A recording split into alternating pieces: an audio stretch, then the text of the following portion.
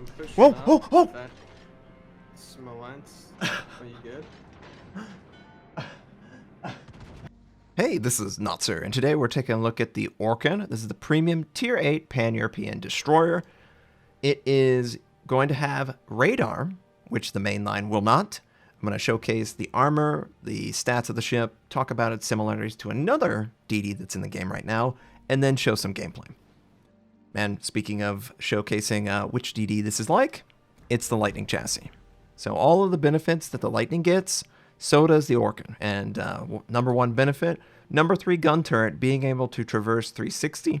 So if you were port or starboard, you could very easily change the position of that gun and always have basically 6 guns facing. Other differences, the Orkan has 1 less torpedo launcher, and they replaced it with a secondary gun. Don't know why, but we'll talk about that. Now, obviously, the Orkan has a different camo pattern. It's white and navy blue, and it looks really sharp. This is obviously Polish, as you can see. You could play with the Pan-European flag if you would like, but Poles are identifying the ship as theirs. I do not have any Polish audio in-game currently, but there might be assigned to it whenever this actually is released. No idea when it does. Now, as far as armor is concerned, 19 millimeters on the hull. All the hull is 19. The superstructure is 13 millimeters. The guns have 6 millimeters of armor. There is no citadel. It is a DD. As far as hit points, it has 15,700. It has a 3x2 120 millimeter gun setup. These guns have pretty much the same AP and HE shell velocity as the Brits. A little bit less gun range, 11.6 versus I think the Lightning is 12.2. It has a 4.5 second reload. It takes 9 seconds for the turrets to traverse 180. But keep in mind, number 3, 360, it's not going to traverse 180 that frequently. So it is almost faster artificially because of that 360, which the Brit DDs always get to benefit from. And the maximum dispersion, 102 meters. HE shell damage, 1,750. It has a 9% base fire. As of 9.1, 19 millimeter penetration on the HE shell. It's going to be bumped up to 20 millimeters. And then the AP shell does 2,250 damage. And yes, it does have a secondary. And yes, this is where the secondary is located. Don't really care about the stats. But the maximum secondary gun range is 5 kilometers. I don't know why. Who cares? Torpedo Systems. It's a 1x4. It has a 70-second base reload. Very fast, obviously, torpedo tube traverse. The torpedoes do a paltry 10,700 damage. They are the Pan-Europeans. 12-kilometer range, which is awesome, with a 1.6 kilometer torpedo detection. But the speed is impressive. It goes 76 knots in the water, which is very usable. And because it goes 76, 12 kilometers, and it has a 70-second recharge, can be used quite frequently. AA guns are above average, with continuous damage reaching 77, and split between short, medium, long. The flak, you have 2 flak bursts with 100% probability that do 1,200 damage. The maximum AA range is 5.2, and the fully concealed Orkan is 5.5, so it's very close, 1-to-1 if you would like to play that way. Base speed, 35 knots. Turn radius, 590 meters. A rudder of 3.7 seconds. The base concealment, 6.8. By air, 3 kilometers. And gun firing is 2.5. So, let's get into the game and showcase the match. So, here's the Orkan, and here's my build. We've got main armament, extended duration radar, which wasn't possible to equip on a Tier 8, let alone a Tier 8 DD with radar, until 9.1 when they opened it up and didn't have any class or tier requirements. So it's wonderful. It's a small minor buff to Tier 8 radar, and of course the Orkan gets the benefit. We've got aiming systems, improved acceleration, concealment for the commander, priority target, last stand, survivability expert, concealment, radio location, basic firing training, and adrenaline rush. So you'll notice that the consumable loadout has speed boost, heal, and radar. Now, someone might be wondering, is there any other option? No, there's not. What you see is what you're going to get assigned to the ship. Now, it's not necessarily bad. Clearly, I was able to use my torpedoes very quickly. That 70-second recharge is very nice. Don't know that I would ever end up using the secondaries. Honestly, to me, the secondary feels like sort of a joke. by Wargaming. Ha ha ha, we can only give you one of these torpedo launchers because they're so good. Let's give you a secondary to fill in the other launcher and just make you envious of the Lightning. I mean, it certainly accomplishes that because I'm certainly envious. I would love to see, potentially, how much torpedo damage I could do with this ship. As it stands, not really designed, and I'm just so confused by this London. Why is he out in the open? Why isn't he in smoke? Why is he burning down? And why am I seemingly all by myself up here capturing the base? I'm very surprised by that. So, in the intro, it was 6.8 concealment base, and with the build that I'm running, I can get the concealment down to 5.5, which makes it incredibly stealthy, and especially good at capturing bases, or even contesting bases, because in order for your opponent DDs to get close to you, they basically have to get within 5.5, and that's going to be really hard for them. And regardless of that, you can still use your radar system, and sometimes you can catch them using smoke, and you can sort of do a reverse smoke radar, and that's always fun. So we caught the Massachusetts a little bit, and I'm considering, do I want to fire my gun? Because it sure looks like he's letting that flood go. So we're like, yeah, he's got to deal with it. Maybe he's only going to let the one flood. I certainly would not allow a flood and my engine to be knocked out, but it does end up baiting me to open fire. His secondaries are engaging us. We are disengaging. Now, this is the first time we activated our speed boost, and spoiler alert, it's not that good. This is not your Small Holland speed boost. This is a 2-minute, 8 to 12% speed boost, whereas the Holland and the Smallland, they get a 30% that lasts for 60 seconds base speed boost, which is amazing. But that's one of the drawbacks of this ship, and more broadly, the Pan-Europeans as a whole. They are not very fast. They rely on above average AA defense to keep air from spotting them, and they just try and disengage as best they can. So the enemy Massachusetts, he already uses damage control, and we're trying to relight a fire, which we do, which is good. And I sent torpedoes parallel the island, hoping that his bow position wouldn't change and possibly get 1 or 2 torpedo strikes on him. And if we can cause a flood, that's a bonus. Obviously, he's vulnerable to it. And the reload rate, the speed of these torps, makes it so much easier to actually do your job by harassing and frequently landing torpedoes on the target, frequently causing flood. It feels great. This is more broadly the Pan-European DD playstyle that you can expect, but the Orkan gets the benefit from it. Obviously, I would have loved to have 2 torpedo launchers doing the same thing, but that would be pretty broken, I think.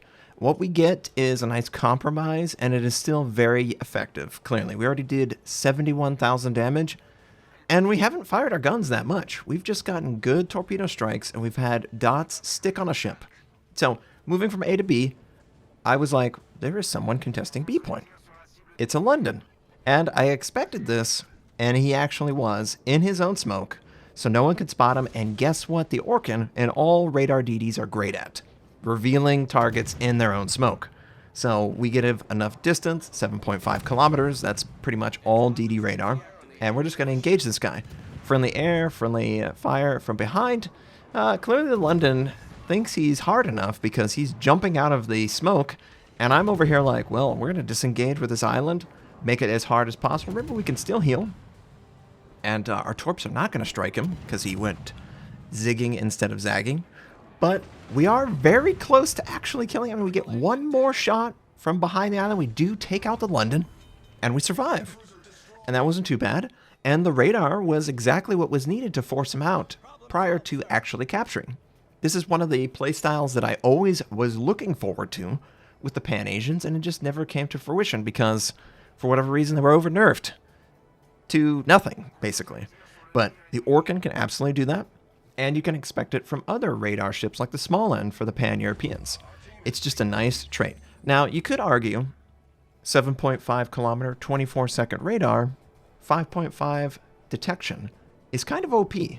2 kilometers worth of distance between your own ship detection and the opponent being detected by radar, that seems like a lot of stealth radar. And it is a lot of stealth radar. Especially with the duration extension, not having that would end up giving players, what, 14 seconds. Remember, 6 seconds, you're the only target that can actually see the target. So if its base duration is 20 seconds, then 14 seconds is actually usable by your team. But if you extend it out, it's much more manageable for them to get at least 2 shots off, which could be the difference between killing a target and not. So obviously it works very well, but it needs to. We don't have smoke. It's not an option. Enemy ranger is on approach, and of course he's coming right for us. We've got to basically commit to turning our AA on because he's going to just spot us. Yeah, he's going to spot us, and there's way too much time here. We're going to obviously activate priority sector, and that's all we can activate. We can't activate defensive AA. It's not a consumable option here, whereas it would be for the main line. And yeah, sure enough, he's turning on us. We've got about 20 seconds left. I don't think this is going to happen, guys. There's no way. Please miss, please miss, please miss. He doesn't miss on the explosion. He misses on the damage, just enough to clip us and cause a little bit of the capture to reset. But it's not too bad, and of course, we finish that off. So 20 seconds left. We should very easily capture this. And man, this game ended up working out very nicely, very cleanly. And we pretty much showcased all the nice features of the ship. Obviously, the secondary guns, you're not going to use that, spoiler alert. The AP versus HE, it is British in that nature, so you're probably going to fire more HE than AP, but AP is always an option against certain targets. You know, the Gearing's broadside 21mm, you definitely need to fire AP at that if you intend to do any damage to it. I mean, I guess you could shatter your HE on it, but you're not going to end up doing much. Teams are successful, and once again, like a lot of different games, this is a blowout. So I did end up sending my long-range torpedoes against the Nagato. He did look like he was going a west to eastern path, and I was hoping that I could catch him once he was still in range, but it's looking like he's developing to get some distance, and I probably won't be able to hit him with my torps. But even if I miss my torpedoes, they're almost back up. And they're really nice. You can really use them in a meaningful way, not necessarily in a meaningful torpedo damage way, but a meaningful way to keep dots rolling on a target. Because you can have that land on them, you can have a 1 or 2 fires from your guns, they could use their damage control, and then you can do it right again. And they're going to be vulnerable for probably 30 to 40 seconds, depending on the type of, obviously, defensive that's used. But it works out very nicely. And I don't feel like I'm missing out on that second torpedo launcher, if I'm being completely honest, when I'm actually looking at the influence I have. So, I'm honestly pleased by this whole experience. It's a Lightning chassis with all the great Lightning features, and it has some pan-European flavor added into it. And it really just feels like the best of both worlds. Could I ask for the improved acceleration? You know, that would be nice. It's kind of a British thing. It would be nice to be able to single send torpedoes, but it's not really necessary at the speed and the reload. Those are all things that the Brits have over this ship. So anyone playing the Lightning, this is not replacing you. You still got British acceleration, you still got the extra launcher, and you still have smoke, which is all very helpful, especially with all the CVs. Like if this was a 2 or 3 CV game, I wouldn't have adequate AA to defend myself. Hell, even with 1 CV, he still can keep me spotted, but the heal is definitely beneficial to staying engaged. Now, we're going over here, there's an enemy Leningrad. Not quite sure where he's actually. We should be very close to spotting him. We should have about a kilometer worth of advantage. And that means that I don't need to use my radar for more than special occasions. Maybe a target is behind an island or in smoke, or maybe I just want to use radar for any other reason. That's always an option. But if I didn't have to do that, I can just body spot him. And that works really well too. So enemy Leningrad, he pops a smoke, he's sailing backwards. As you see, he activates inside of my radar range. I confirm that he is still inside of radar range, and then we just activate it and we go to town. Your smoke means nothing, man, and it's actually hurting you in this 1 versus 1. But finally, he moves away from it, activate our AA, but he's basically dead in the water. I don't know if he has last stand or doesn't, but he's very easy to engage. Again, these are British guns, basically. So they have good gun velocity, they have good rate of fire, they have everything that you'd like from the British DD line, which is probably the best DD line in the game currently, and you get to benefit from it on this ship too. So, very pleased with the offering, honestly. It is kind of weird, so I can completely understand why players wouldn't want to try. If you compare it to the Luoyang, obviously it doesn't have hydro. It can't do the smoke hydro, which could detect torpedoes, but this is kind of hydro in another way. You know, a little bit more range with a way less duration. Enemies finish off the enemy aircraft carrier, and yeah, and there's not going to be any other engagement here. This is done. We've done 99,973 damage, just a hair under 100,000. But I'm all happy. I'm very happy with everything that was seen here. Our radar was incredibly useful against the 2 targets that we used it on.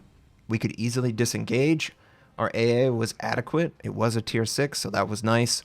The 360 gun turret kept that online, and the torpedoes were a real pleasure to use. The Orkan seems like a super solid tier 8. I can't wait for it to be added to the game, and I think it's going to be a nice yin to the yang of the main pan-European DD line. We'll see. Hopefully it stays intact.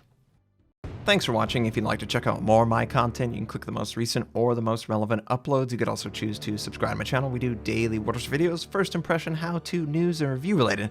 My North American recruit invite is on the screen. You can take advantage of that. I stream at twitch.tv/Notser. Thank you, have a wonderful day, and I'll catch you next time.